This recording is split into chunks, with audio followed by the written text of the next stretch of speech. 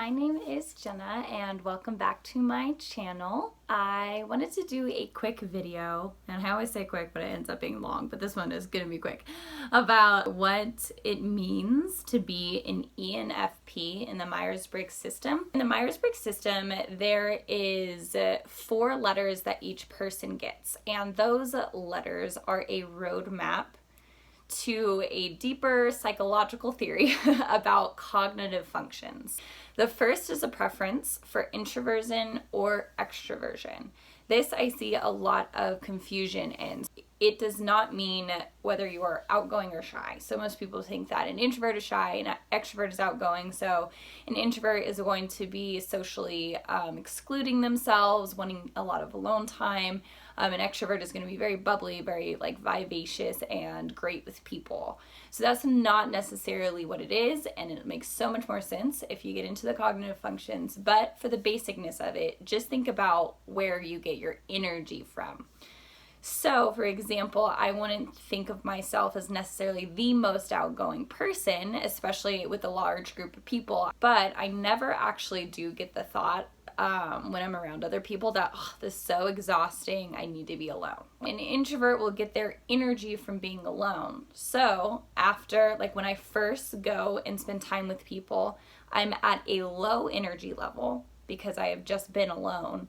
And then when I go to spend time with people, I'm working my way up. It's kind of like a battery recharging. At the end of my time with them, I am recharged, I'm energetic. So usually I'll be my most energetic at the end of a night out with friends or the end of a social gathering. That's when I'll be most energetic, is at the end of it.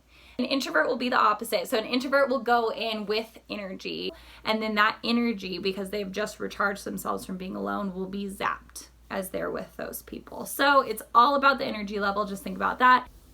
The second one, intuition or sensing. This one is a little bit difficult to explain. It is also difficult to grasp, but sensing essentially means that you take in your information with your 5 senses, and it kind of goes beyond your 5 senses as well. It's your sense of sight, smell. It can also be your sense of temperature. It could be like a sense of direction, thing where you can concretely pick up on the information you're gathering from your exterior environment is sensing. Now there is, when you go into the cognitive functions, a difference between extroverted sensing and introverted sensing. And with everything, there is an extroverted and an introverted. So there is extroverted intuition and introverted intuition.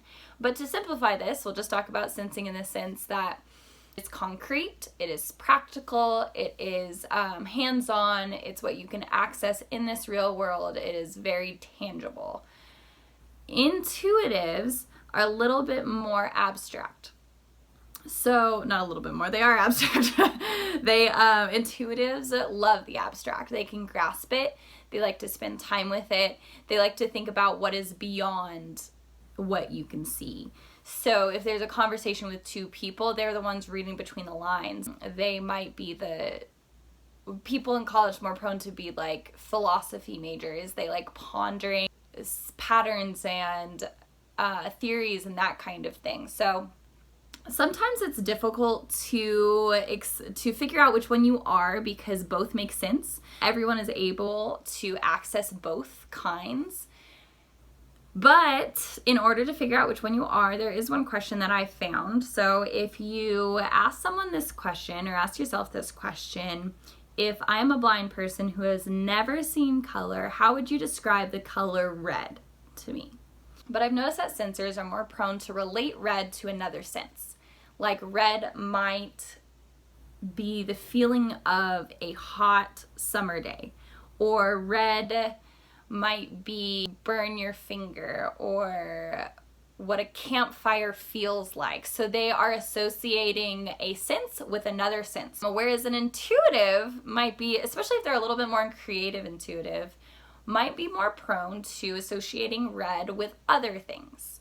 So red is like when you're angry, when you're passionate, or red is what odd numbers look like. Or red is 2 people arguing and getting heated. So they might be more prone to accessing a more abstract level of thinking than a sensor would.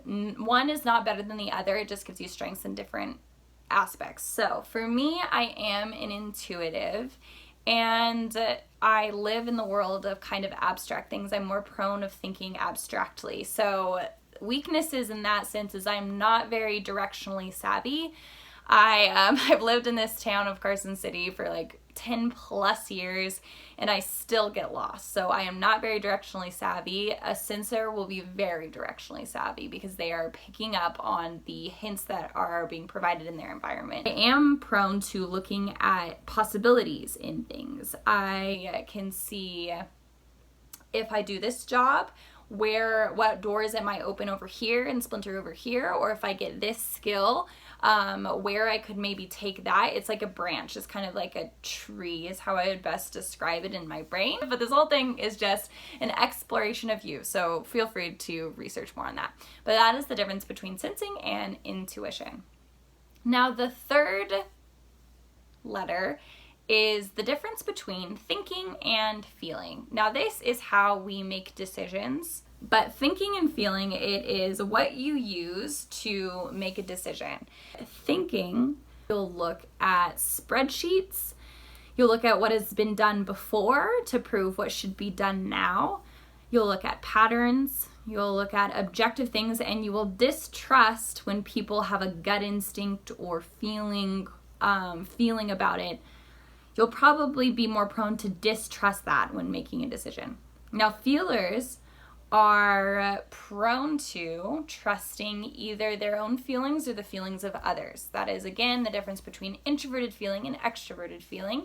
So feelers will be looking at how does this affect people. So they might be looking at their own value system. Is this staying true to the values that I uphold? Is this more along the lines of justice or mercy? Is this being fair? Is this choice going to benefit the greatest number of people?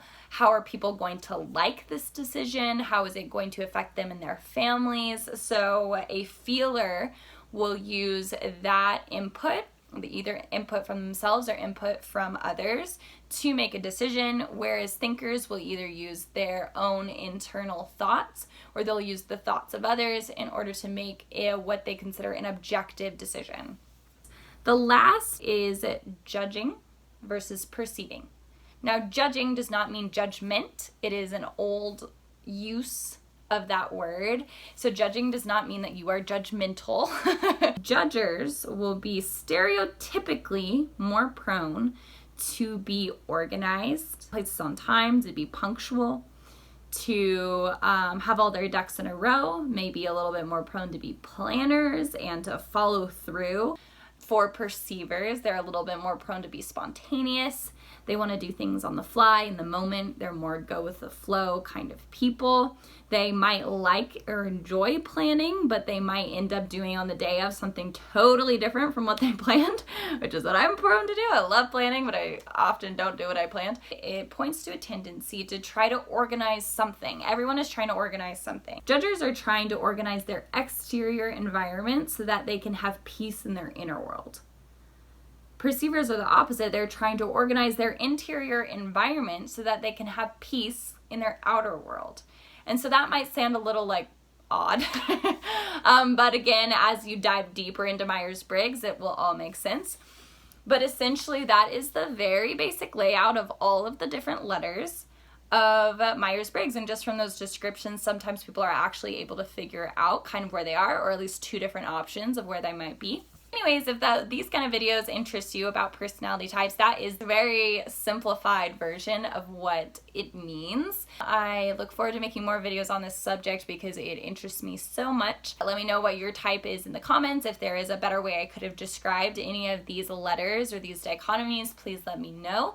So if you enjoyed this video, please like and subscribe. Thank you again for watching. I will catch you on the next video.